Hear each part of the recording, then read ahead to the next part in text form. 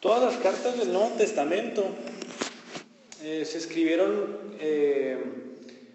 con un propósito, pues.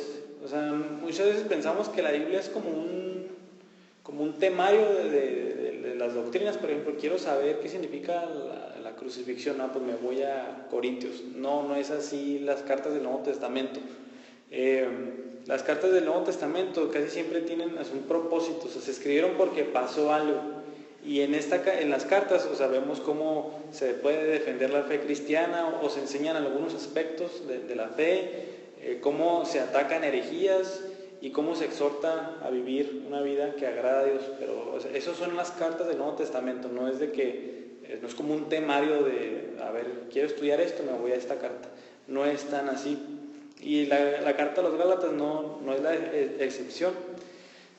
El motivo el cual despertó a Pablo a escribir la carta a los Gálatas era a lo mejor el motivo más importante de todos. Los Gálatas, las personas que vivían en Galacia, se estaban apartando del Evangelio. Se les había enseñado el Evangelio de Jesucristo y se estaban apartando de él. Ese es el principal motivo por el cual Pablo escribió a los Gálatas. O sea, para Pablo y para todos los cristianos de todo el mundo, de todos los tiempos, la principal preocupación siempre tiene que ser el Evangelio. Ese es unos le han dicho el tesoro de la iglesia. ¿Cuál es el tesoro de la iglesia? El Evangelio, es lo que predicamos. El Espíritu Santo inspiró esta carta. Por ahí dicen unos, el Espíritu Santo inspiró a Pablo, pero no. El Espíritu Santo no inspiró a los hombres, inspiró la carta. Ahí 2 Timoteo 3:16, ¿qué dice? Toda escritura es inspirada por Dios. La escritura es la que es inspirada, no los hombres. Entonces el Espíritu Santo inspiró esta carta para que todos nosotros entendamos, o sea, qué tan importante es el Evangelio y que siempre lo tengamos muy claro, de no agregarle ni quitarle nada. ¿Por qué? Si le agregamos o le quitamos algo al Evangelio, nos va a costar nuestra alma.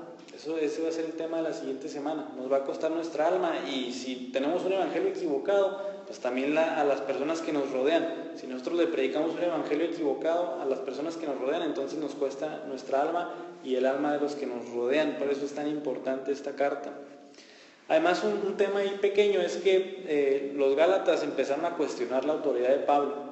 Decían que él no es apóstol, así que como no es apóstol, pues no le vamos a hacer mucho caso al mensaje que trae Pablo. Y ese es un tema que también vamos a ver aquí en Gálatas. Vamos a ver un tono muy fuerte en esta carta. Vamos a quedarnos, Pablo está enojado, o sea, Pablo tiene demasiada pasión por lo que está escribiendo, y vamos a ver por qué. Y los temas es de que se apartaron del Evangelio y que pusieron en duda su autoridad. Por eso el sermón de hoy se llama la carta más dura de Pablo, y la carta más dura de Pablo es la carta a los Gálatas. Y así como Pablo está hablando con un tono muy duro, así nosotros tenemos que recibirlo, o sea, como si nos estuviera hablando a nosotros, como si en realidad a lo mejor nosotros fuéramos los Gálatas. O sea, necesitamos tomar esos regaños de Pablo así para nosotros. Lo que vamos a ver en general en todo Gálatas es el Evangelio y la importancia de siempre permanecer en él. Y en el verso 1 vemos al autor. Inicia diciendo Pablo.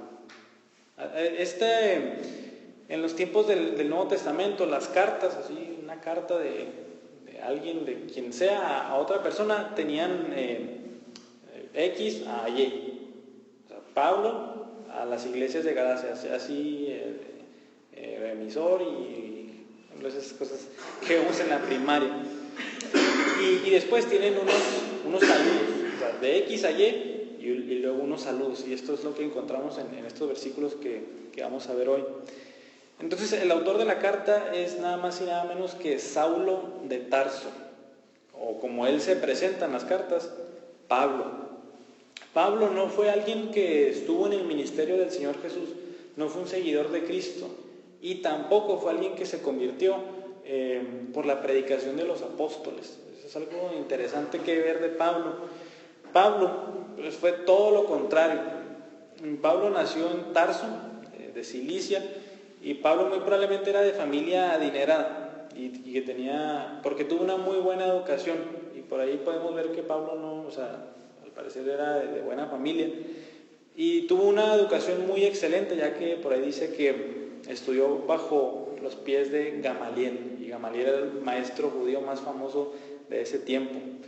Pablo formó parte de la secta de los fariseos, esos fariseos que encontramos mucho en el Nuevo Testamento. Pablo fue un fariseo. Los fariseos eran personas que se adherían muy estrictamente a lo que decía la Biblia, pero el problema de ellos era que buscaban, ellos decían que Dios los aceptaba no por su arrepentimiento, sino porque ellos cumplían lo que decía ahí la Biblia. No, es que yo hago esto y hago esto, por eso Dios me quiere. En lugar de, no, es que la Biblia me dice que soy un pecador y me debo de arrepentir. Ellos no, ellos se creían los más santos de su tiempo. Por ahí Jesús les dice sepulcros blanqueados. Un sepulcro muy bonito por afuera, excelente, recién lavado y todo, pero por adentro ¿qué hay? Muerte, hay putrefacción. Así les llamó Jesús a los fariseos. En Hechos encontramos el martirio, a lo mejor del primer cristiano, que ¿quién fue? Se llamó Esteban. Y Pablo estuvo ahí. Cuando estaban apedreando a Esteban, ahí Hechos 7:58 dice que Pablo estaba ahí. Sus credenciales como fariseo las vemos en Filipenses 3. Vamos a leerlas nada más rápido para que vean qué tan fariseo fue Pablo. Dice que nosotros como cristianos no ponemos nuestra confianza en la carne, sino en Dios. Y dice, aunque yo mismo podría confiar también en la carne, si algún otro cree tener motivo para confiar en la carne, yo mucho más, circuncidado los 8 días de nacer, del linaje de Israel, de la tribu de Benjamín, hebreo de hebreos, en cuanto a la ley, fariseo, o sea, demasiado celoso de la ley, en cuanto al celo, perseguidor de la iglesia, en cuanto a la justicia de la ley, hallado irreprensible. Se fijan, Pablo no era cualquier fariseo, era de los fariseos élite, de los mejores que había ahí. Y de hecho ahí menciona algo Pablo, que era perseguidor de la iglesia. O sea, tan celoso era que cuando inició la iglesia, Pablo se encargaba de ir a perseguirlos y de ir a encarcelarlos. O sea, golpeaba a los cristianos y los metía a la cárcel. O sea, tal era su celo como fariseo, como religioso. O sea, a esa magnitud llegó. ¿Cuándo se convirtió Pablo? En una de sus persecuciones iba a Damasco, el camino a Damasco se le llama. Y cuando iba a Damasco se le apareció nada más y nada menos que el Señor Jesucristo resucitado. Y ahí fue cuando le dice, Saulo, Saulo, ¿por qué me persigues? Es interesante que Pablo iba tras ¿quiénes? Para los cristianos. ¿Y qué dice el Señor Jesús? ¿Por qué me persigues? Como se fijan qué unión tan estrecha tenemos con el Señor Jesús. Y de hecho esta conversión de Pablo va a formar parte de su defensa, de su apostolado. O sea, va a decir Pablo, a mí nadie, ahorita vamos a ver, a mí nadie me llamó apóstol, Jesucristo mismo se me apareció y me comisionó para ser un apóstol. Bueno, esa es como una biografía de Pablo para entender quién es. Y después aquí mismo dice, Pablo, apóstol, no de parte de hombres ni mediante hombre. Aquí encontramos esta palabra apóstol. ¿Qué significa apóstol? O sea, pues no es una palabra que usamos ahorita, apóstol, no. La palabra apóstol significa uno que es enviado o un mensajero. Eso es lo único que significa apóstol, un mensajero. Se podía usar como para un embajador o un comandante de naves que enviaba un mensaje de su superior a otra persona. Ese era un apóstol, alguien que, el mensajero, pues alguien que era enviado. Pero en el Nuevo Testamento la palabra apóstol obviamente tiene un sentido más específico. Ya se pueden imaginar por qué. Cristo comisionó ¿a quiénes? A 12 apóstoles. Estos apóstoles, estos 12 tuvieron un lugar único y especial en lo que fue pues, la historia de la iglesia, lo que es toda la historia de la Biblia. Efesios 2:20, quiero que vean lo que dice. Efesios 2:20 dice, están edificados sobre el fundamento de los apóstoles y profetas. Este fundamento es como nuestra fe. O sea, ¿en qué creemos? Dice, este cimiento y fundamento está en los apóstoles y en los profetas. O sea, todo lo que creemos está basado en lo que escribieron los profetas del Antiguo Testamento y lo que escribieron los apóstoles del Nuevo. O sea, se están poniendo a los apóstoles en el mismo nivel que ¿quiénes? Que los profetas del Antiguo Testamento. O sea, tan importantes sí fueron los apóstoles. Y Y de hecho Pablo dice que tuvo o sea, el apostolado de Pablo es igual que los 11, sin contar a Judas, ya que comisionó Jesús. Aquí mismo en Gálatas, en el verso 17, vamos a ver que Pablo dice: ni subí a Jerusalén a los que eran apóstoles antes que yo. Entonces, hablando de los 11, y dice a los apóstoles antes que yo. O sea, él se está metiendo entre este grupo de los 12 apóstoles. Entonces, como ya les he dicho, uno de los temas importantes que vamos a ver en esta carta es este apostolado de Pablo. Aquí, si se fijan, lo está defendiendo: apóstol no de parte de hombre ni mediante hombre alguno. Y Pablo en otros lugares afirma su apostolado cada vez que abre una carta. En Romanos, 1 Corintios, 2 Corintios, dice: Pablo, apóstol de Jesucristo. Está poniendo quién es: soy un apóstol y por eso me deben de escuchar. O sea, no soy un cualquiera. Jesucristo mismo me está mandando a hablar estas palabras. Entonces los Gálatas llegaron a decir: Pablo no es un apóstol como ellos, por eso no le tenemos que hacer caso. O sea, ¿él quién es para venir a decirnos algo? Pero aquí Pablo está diciendo: soy apóstol no de parte de hombres ni mediante hombre alguno. Pablo está diciendo: nadie se me acercó y me dijo: Pablo, eres un apóstol de ahora en adelante. Y también cuando dice ni mediante hombre, aquí Pablo está diciendo: ni siquiera Juan ni Pedro, o sea, de parte de Jesús, se acercaron y me dijeron: oye Pablo, tú eres un apóstol. O sea, Pablo está diciendo: nadie se me acercó, ningún hombre se me acercó y me llamó apóstol. ¿Y qué dice enseguida? Sino por medio de Jesucristo y de Dios el Padre. ¿Quién me nombró apóstol? Nadie más y nada menos que Jesucristo y Dios el Padre. Y aquí Pablo mismo se llama apóstol a los gentiles. Esa fue la misión que le dio el Señor Jesús, Hechos 9:15. Tú me vas a hacer un apóstol a los gentiles. ¿Quiénes son los gentiles? No judíos.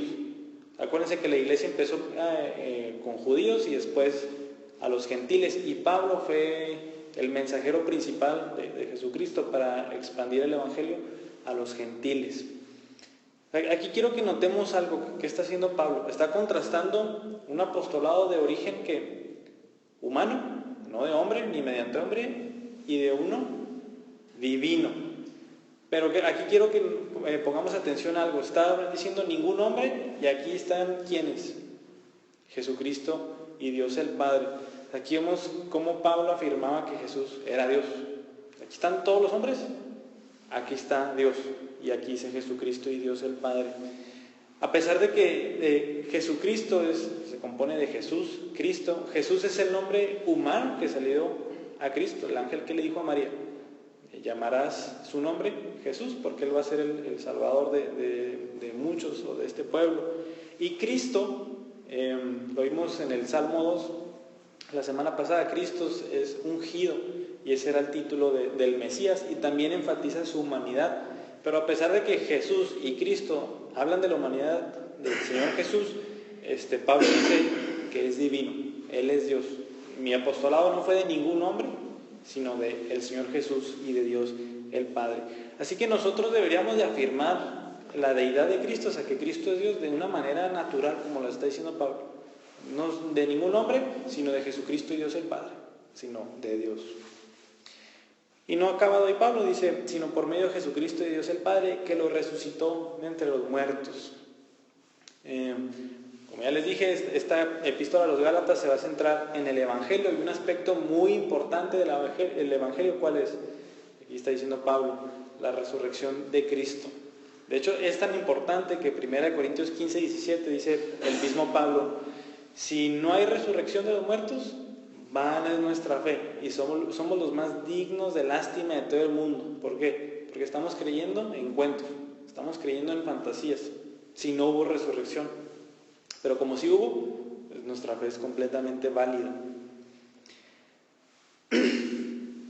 Además, esto le daría más fuerza al argumento de Pablo de su apostolado. El mismo Señor Jesús que resucitó entre los muertos, Él fue el que me comisionó como apóstol. Si fijan, los Gálatas dirán: bueno, no podemos pelear contra eso ya. Antes de dejar esto del apostolado, O sea, ¿qué significa para nosotros? O sea, a mí que Pablo se llame apóstol y que, bueno, o sea, el Señor Jesús lo haya comisionado como un apóstol. La iglesia primitiva, o sea, los primeros cristianos y los que salieron después, para discernir entre la verdad y el error, lo que hacían era buscar la enseñanza apostólica. O sea, ellos decían, ¿qué enseñaron los apóstoles? Ok, él enseñan esto, pero yo quiero saber qué enseñaron los apóstoles. Y nosotros, o sea, como una iglesia en las mismas pisadas que la iglesia primitiva, también buscamos seguir las enseñanzas de los apóstoles. Eso es lo que queremos, son los mensajeros de Cristo. Y nosotros siempre debemos de permanecer en las enseñanzas de ellos. Ahorita leímos Efesios 2:20. Debemos de mantenernos en la enseñanza de los apóstoles y de los profetas. Pero si ya no hay apóstoles ahorita, si ya no podemos ir con ellos y preguntarles acerca de nuestra fe, ¿cómo vamos a permanecer en la enseñanza de los apóstoles? Pues al Señor le plació preservar lo que necesitamos para nuestra salvación y para nuestra vida en la palabra. El Nuevo Testamento es la enseñanza de los apóstoles para nuestra fe y para nuestra vida práctica que necesitamos. ¿Los apóstoles predicaron más? A lo mejor sí, pero no, el Señor no nos demanda creer eso. El Señor lo que nos demanda es creer lo que Él mismo preservó en las páginas del Nuevo Testamento.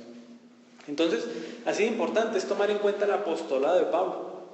Debemos de tomar en cuenta el apostolado de Pablo porque lo que dijo viene de parte del Señor. Entonces aquí es donde vemos que debemos de permanecer nada más en la enseñanza de la palabra y no en la enseñanza de ningún hombre, de ninguna institución, sino que lo que viene aquí. Si algo entra en conflicto con la Biblia, ¿quién es la que gana siempre? La Biblia. Esto es la palabra de Dios. En el verso 2 vemos la compañía y los destinatarios. Compañía porque dice el verso 2, y todos los hermanos que están conmigo. Una frase ahí que añade Pablo ahí. Si quitáramos su defensa apostólica, la que acabamos de ver, diría Pablo y todos los hermanos que están conmigo a las iglesias de Galacia. Entonces Pablo no ha finalizado su procedencia. O sea, esta carta no nomás viene de mi pluma, sino y todos los hermanos que están conmigo. Hay otros ejemplos cuando Pablo abre una carta que incluye a otras personas. Hay otras cartas donde dice Pablo y Timoteo a tales. Pablo y Silvano a tales. ¿Cuál es el punto aquí de Pablo que diga y los hermanos que están conmigo? ¿Por qué los menciona? Aquí vamos a ver que el evangelio que les va a recordar a los Gálatas no es la opinión personal de Pablo. El evangelio que le está presentando Pablo a los Gálatas es un evangelio que nada más predicaba Pablo. Aquí tiene como el apoyo pues de la iglesia. Aquí los hermanos que están conmigo están avalando lo que les voy a decir. O sea, ustedes están yendo tras otro evangelio y los hermanos que están conmigo están dando testimonio también de eso. O sea, el evangelio de Pablo era firmado por la iglesia en general, no era la opinión de Pablo. Asimismo, tampoco el evangelio que predicamos aquí es la opinión de Alfonso o es la opinión de alguien más, no, es el evangelio de Jesucristo. O sea, podemos irnos a la Biblia, a ver qué es lo que dice y es lo que vamos a predicar aquí. O también qué ha predicado la iglesia tras 2000 años, el mismo evangelio. O sea, no nos podemos apartar de él. ¿Por qué es importante mencionar esto? Hay muchos grupos que dicen tener un nuevo evangelio, que ese va a ser el tema central de la siguiente semana, que nadie ha creído nunca y que ni la Biblia enseña. Y podemos dar ejemplos, por ejemplo los mormones o los testigos de Jehová, dicen tener un evangelio nuevo, un evangelio diferente. Entonces, si se fijan la importancia de estas palabras de Pablo. O sea, mi evangelio no es mío, mi evangelio no es de nosotros, el evangelio es el evangelio de Jesucristo y de toda la iglesia que siempre se ha predicado. ¿Y quiénes son los destinatarios? Final del verso 2, a las iglesias de Galacia. Si se fijan, antes de decir eso, la palabra iglesia, antes en los tiempos del Nuevo Testamento, no se usó nada más como para los cristianos. O sea, no era una palabra religiosa, pues, la palabra iglesia. Ni tampoco era de uso exclusivo de los cristianos, ¿no? Los cristianos inventaron la palabra iglesia para sus grupos, no. La palabra iglesia lo único que significa es asamblea, o sea, el grupo, pues. A las iglesias de Galacia, o sea, a los grupos de creyentes en la zona de Galacia. Pero es interesante que la palabra iglesia Si lo separamos etimológicamente, significa llamados hacia afuera. Entonces ahí ya empezamos a ver por qué el Señor le plació llamar iglesia al grupo de creyentes, porque son aquellos que son llamados hacia afuera. ¿De dónde? Del mundo. Ahorita vamos a ver del presente siglo malo. O sea, todos a los que el Señor llama fuera para Él son la iglesia. Esta carta, es bien importante este dato. Esta carta lo más probable es que haya sido la primera escrita por Pablo, la carta a los Gálatas. Y por lo tanto, una de las primeras cartas del Nuevo Testamento, o un libro, de los primeros libros del Nuevo Testamento. Los evangelios se escribieron después que esto. Por eso es importante ver que aún antes que existieran los evangelios, en la iglesia primitiva, o sea, vamos a ver qué enseña Pablo, y claro que concuerda perfectamente con lo que encontramos en los evangelios. Las iglesias de Galacia, es bien interesante que quienes las fundaron fueron Pablo y su compañero Bernabé. Ahí en Hechos 13 al 14 nos relata uno de los viajes misioneros de Pablo. Pablo está acompañado de Bernabé y fue a la zona de Galacia a predicar el evangelio y se convirtieron. Y así como Pablo, deberíamos de impresionarnos cómo vamos a ver que los Gálatas fueron falsos maestros los que empezaron a meterles ahí la cizaña de otro evangelio y acerca de Pablo. O sea, cómo esta cizaña que les metieron llegó a ser tal que negaron las enseñanzas de su fundador y al fundador mismo, que en este caso fue Pablo. Es impresionante, o sea, cómo pudieron ser capaces de después de ser fundados como iglesias, negar y negar las enseñanzas y a Pablo mismo. Es interesante, es algo que tenemos que tener en cuenta. Estas enseñanzas, esta cizaña que les estoy hablando, vino de parte de judaizantes.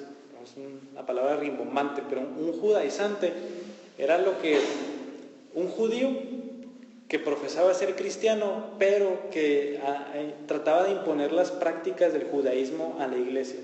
O sea, estas personas decían, sí, Jesucristo es Dios, somos salvos por la fe, sí, pero se tienen que circuncidar. Era lo que empezaban a enseñar estas personas. O tienen que guardar el sábado. O sea, prácticas del judaísmo las estaban imponiendo en la iglesia. Estos son los judaizantes. Esto lleva a un evangelio destructivo. O sea, el decir, sí, somos salvos por la fe, pero hay que circuncidarnos. Una obra ahí añadida. Eso destruye por completo el evangelio. Eso nos lleva a la perdición. Y si no me creen, eso vamos a ver la siguiente semana, y Pablo usa palabras aún mucho más fuertes. Dejando el autor y los destinatarios, en los versos del 3 al 5 vemos una oración que hizo Pablo. Por lo regular los saludos de Pablo son cortos, o sea, 2 versículos. Pablo, apóstol de Jesucristo, a las iglesias en Roma, gracia y paz, y se acabó el saludo e inicia Pablo la carta.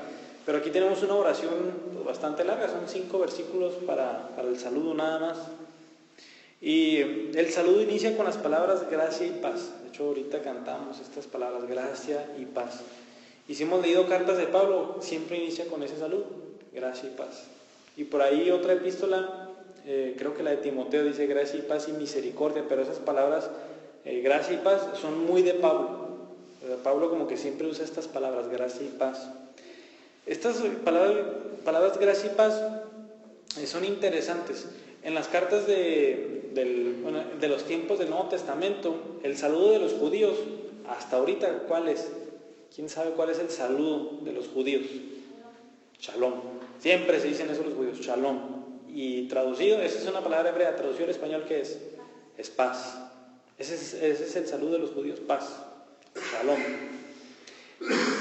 Y las cartas que se usaban secularmente, pues, en los tiempos del Nuevo Testamento, tenían una palabra que se parece mucho a lo que nosotros ahora traducimos como gracia.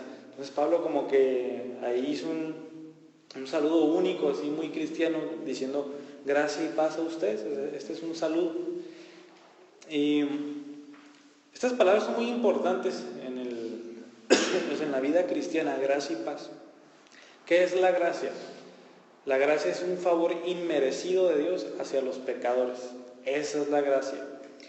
Por ejemplo, Efesios 2:8 es el versículo a lo mejor más famoso que usa la palabra gracia. Dice, ustedes han sido salvados por gracia ustedes han sido salvados. O sea, por un favor de Dios ustedes han sido salvados. Y la paz es el estado del creyente una vez que recibe la gracia. Ahí la Biblia dice que estamos enemistados con Dios, somos enemigos de Dios, estamos en nuestra rebelión contra Dios. Pero una vez venía la gracia sobre nosotros, una vez que se nos predica el Evangelio y el Señor nos concede el arrepentimiento y la fe, ¿cómo estamos delante de Dios? En paz, en shalom. Y Romanos 5:1 que dice, por tanto, habiendo sido justificados por la fe, tenemos paz para con Dios. Y esa palabra paz en el Antiguo Testamento es tener una relación íntima con Dios, de paz. No es de que la paz se puede romper en cualquier momento, es una paz ya eterna con el Señor. Entonces, si fijan, la palabra gracia y paz son muy importantes. ¿Quiénes creen que eran las personas que necesitaban recordar la gracia y la paz de Dios? Los Gálatas. ¿Por qué? Porque ellos ya no tenían tanto la gracia, tenían la gracia más una obra de la ley, más la circuncisión. Ya no era todo por gracia. La salvación para ellos ya no era nada más gracia, era gracia más una obra que ellos tenían que hacer. Y así era como ellos pensaban que iban a tener paz con Dios, por medio de ellos hacer algo. O sea, en última instancia, ellos querían tener paz con Dios por algo que ellos hacían.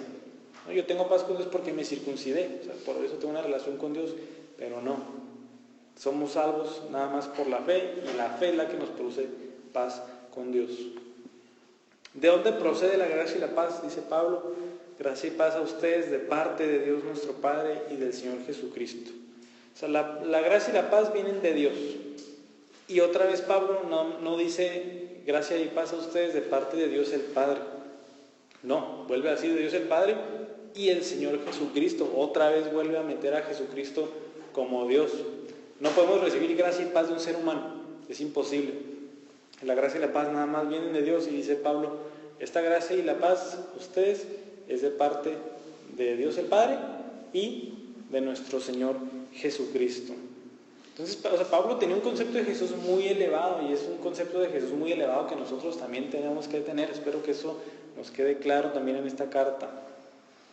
Y una vez que dijo de Dios nuestro Padre y el Señor Jesucristo, dice que Él mismo se dio por nuestros pecados. Aquí está hablando otro aspecto del Evangelio. Ahorita vimos la resurrección y aquí estamos viendo otra cosa. Está hablando sobre Jesucristo, dice que Él mismo se dio por nuestros pecados. La gracia y la paz no tienen su raíz en otro lado, sino que en que Cristo dio su vida por los pecadores. Cristo entregó su vida para sufrir la ira de Dios en lugar de los pecadores. Otra vez, los Gálatas necesitaban entender esto. No tenemos paz con Dios por medio de la circuncisión, tenemos paz con Dios, ¿por qué? Porque Jesucristo mismo se dio por nuestros pecados. Ese es el Evangelio. También aquí dice que Él mismo se dio, Cristo se dio a Él mismo. Cristo entregó su vida por voluntad propia. Ese es un mensaje que también encontramos una y otra vez. Quiero recordárselos con las palabras de Juan 10, 17 y 18. Dice Jesús, por eso el Padre me ama, porque yo doy mi vida. No están dando mi vida, yo doy mi vida para tomarla de nuevo. Dice, nadie me la quita, sino que yo la doy de mi propia voluntad. Tengo autoridad para darla y tengo autoridad para tomarla de nuevo. Este mandamiento recibí de mi Padre. Entonces Jesucristo dio su vida voluntariamente. Él dijo sí al plan de la salvación. Dijo sí, yo voy a morir en lugar de los pecadores y yo voy a entregar mi vida por ellos. Y da una razón. Él mismo se dio por nuestros pecados y luego dice, para librarnos de este presente siglo malo. Es donde a lo mejor ya las cosas no son tan claras, como que para librarnos del presente siglo malo. O sea, ¿qué significa eso? Así que por eso vamos a ver qué significa. Los judíos tenían un concepto de 2 tiempos o de 2 siglos. O sea, siglo aquí no es 100 años. La palabra siglo aquí es como tiempo. Los judíos tenían un concepto de 2 tiempos. El presente siglo, o sea, este tiempo, y el siglo por venir, o la edad venidera. Ese es el concepto judío y lo adaptó Pablo para nosotros también, para los cristianos. Pablo ve este siglo aquí, ¿cómo dice? Como malo. Esta palabra es malo o malvado o malévolo. Este presente siglo es malvado o malévolo. Este siglo, esta edad, este tiempo se caracteriza por el pecado, o sea, por el deseo de los ojos, por vivir vidas en desobediencia con Dios, por un pensamiento siempre pecaminoso y no por las cosas de Dios.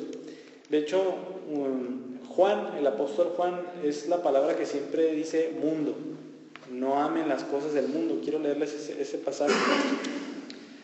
Primera de Juan 2:15 dice: no amen al mundo ni las cosas que están en el mundo, o no amen las cosas de este siglo malo, ni las cosas que están en este siglo malo, sino, dice Juan, si alguien ama al mundo, el amor del Padre no está en él, porque todo lo que hay en el mundo, la pasión de la carne, la pasión de los ojos y la arrogancia de la vida, no proviene del Padre, sino del mundo. Entonces, esto es el mismo concepto. El presente siglo malo es lo mismo que el mundo y se caracteriza por el pecado. Y si se fijan, este es un aspecto muy importante de la obra de Cristo para nuestra vida práctica. Porque la obra de Jesucristo no nada más es, sí, Dios perdona mis pecados y soy perdonado y voy a tener la vida eterna, o sea, gloria a Dios. No nada más es eso. La obra de Cristo, creo que en las clases de los miércoles hemos visto que mucho más grande a veces de lo que nos imaginamos y podemos ver mucho de ello. Entonces Cristo no nada más entregó su vida para perdonar nuestros pecados, sino ¿para qué? ¿Qué dice ahí? Para librarnos de este presente siglo malo. El Señor nos rescata de este presente siglo malo que se caracteriza por el pecado, por la pasión de los ojos y todo esto que Juan dice. Jesucristo lo puso en términos de la esclavitud. Ahí en Juan 8:34, ¿qué dice Jesús? Todo aquel que practica pecado, ¿qué es del pecado? Es esclavo del pecado. Y enseguida aquí dice: pero ustedes conocerán la verdad y la verdad los hará libres. Y este es en el concepto de la esclavitud del pecado. Entonces, ¿qué es lo que el resultado de la muerte de Cristo? Rescatarnos de esa esclavitud del pecado que se caracteriza en este presente siglo malo. El cristiano ya no debe vivir como el mundo. El cristiano ya no vive como este presente siglo malo, ni tampoco piensa como el presente siglo malo. Vean lo que dice Romanos 12:2. Dice: y no se adapten a este mundo, o sea, no se conformen, o sea, no se amolden ustedes. Esa palabra es como de molde. Ustedes no se amolden a este mundo, o sea, no traten de encajar aquí, sino transfórmense mediante la renovación de su mente para que verifiquen cuál es la voluntad de Dios, lo que es bueno, aceptable y perfecto. Pablo dice aquí, o sea, ya no piensen como piensa el mundo, ni traten de encajar aquí. O sea, ustedes no son de aquí, ustedes han sido librados de este presente siglo malo. El Señor Jesús los ha hecho libres del pecado, por lo tanto transfórmense día con día. Si ven, Pablo lo ve como un proceso de estarnos librándonos de este presente siglo malo, o sea, de la manera de pensar del mundo, de lo que le llama pecado, de todo eso, el Señor nos rescata. O sea, si se fijan, es como un mundo de tinieblas aquí. O sea, nadie ve nada y cada quien hace lo que le da la gana, pero imagínense que el ser rescatado de este presente siglo malo es como si el Señor nos diera una lámpara. Y cuando me dan una lámpara, ¿qué empiezo a ver? ¿Por dónde voy? Que ese camino me lleva directo a la muerte eterna. Entonces, y cuando Pablo dice transfórmense, es como hacer la lámpara cada vez más grande para darme cuenta de qué está bien y qué está mal, y ya no seguir a este mundo. Entonces, si tú profesas tener fe en Cristo, de que ha muerto por tus pecados y que has sido perdonado, también debes de confesar que Él te ha librado de este presente siglo malo. O sea, una y otra vez la Biblia dice, si tú profesas ser cristiano, ¿qué es lo que debe de venir? Una vida que de verdad lo demuestre. O sea, ¿qué dice Santiago? La fe sin obras es muerta. O sea, si tú dices de palabra que crees, pero tu vida dice otra cosa, esa fe que tienes es muerta. Entonces, la Biblia una y otra vez nos dice, así como aquí dice, Cristo se entregó por nuestros pecados, pero también para rescatarnos de ahí. De hecho, la Biblia también dice, el propósito de Dios para nosotros no nada más es rescatarnos y no nada más es salvarnos. No tiene tanto chiste, sino que Romanos 8:29, por ejemplo, dice que Dios nos ha rescatado para hacernos conforme a la imagen de su Hijo. Ese es un propósito que tiene Dios para nuestras vidas. Si quieres saber qué propósito tienes en esta vida, es ser hecho conforme a la imagen de su Hijo. O sea, día con día el Señor nos va transformando más como Cristo. O sea, el Señor quiere que día con día nos alejemos del pecado y nos empecemos a parecer más a Cristo, quien vivió una vida perfecta. Ese es un propósito que tenemos nosotros como cristianos. Y al final de este saludo dice Pablo, dice que Él mismo se dio por nuestros pecados para librarnos de este presente siglo malo, conforme a la voluntad de nuestro Dios y Padre. Dice al final, a quien sea la gloria por los siglos de los siglos. O sea, ¿qué es lo que nos debe de producir una vez que entendemos que Cristo dio su vida por nuestros pecados, que soy perdonado por gracia, no por algo que yo haga, y que esa gracia produce paz con Dios? Y que no nada más es eso, sino que también el Señor me rescata de este presente siglo malo y me aleja del pecado, me ayuda a pensar diferente y a vivir diferente. ¿Qué es lo que me produce al saber todo esto? Alabanza. Es una palabra, alabanza. De hecho, es algo bonito que Pablo cada vez que está en una carta y como que dice algo así similar, quien se entregó por nosotros y nos salvó de este presente siglo malo, siempre alaba a Dios después.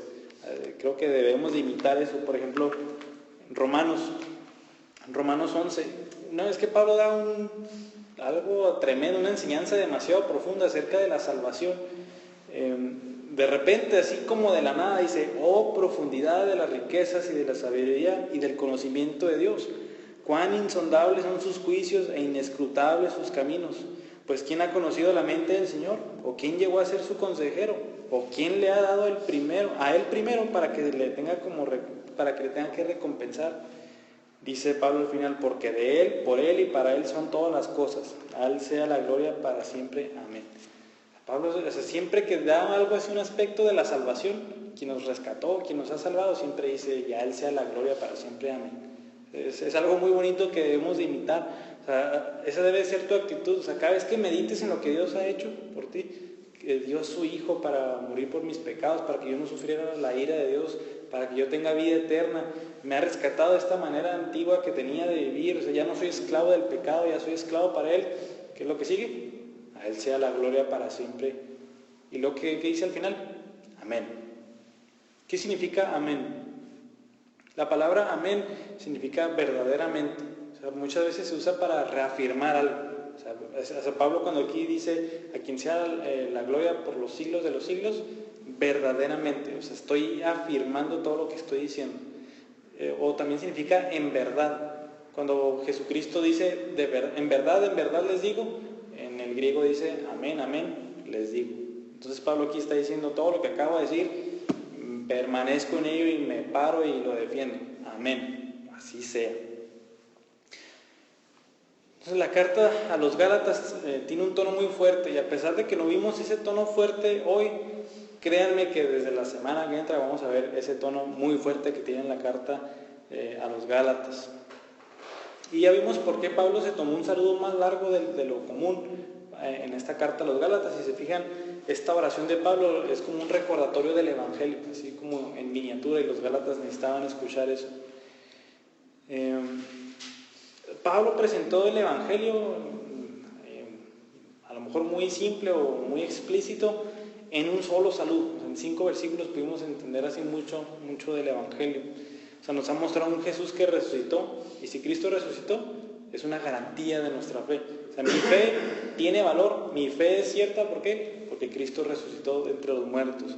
No solamente eso, sino que Pablo nos ha dicho que Jesucristo dio su vida por nuestros pecados, para que nosotros no tengamos que sufrir la muerte eterna por nuestros pecados. También Pablo ha dicho que no nada más es eso. La muerte de Cristo me rescata de este mundo, me rescata de esta manera de vivir, de esta manera de pensar. Y todo esto lo podemos resumir con 2 palabras. ¿Cuáles?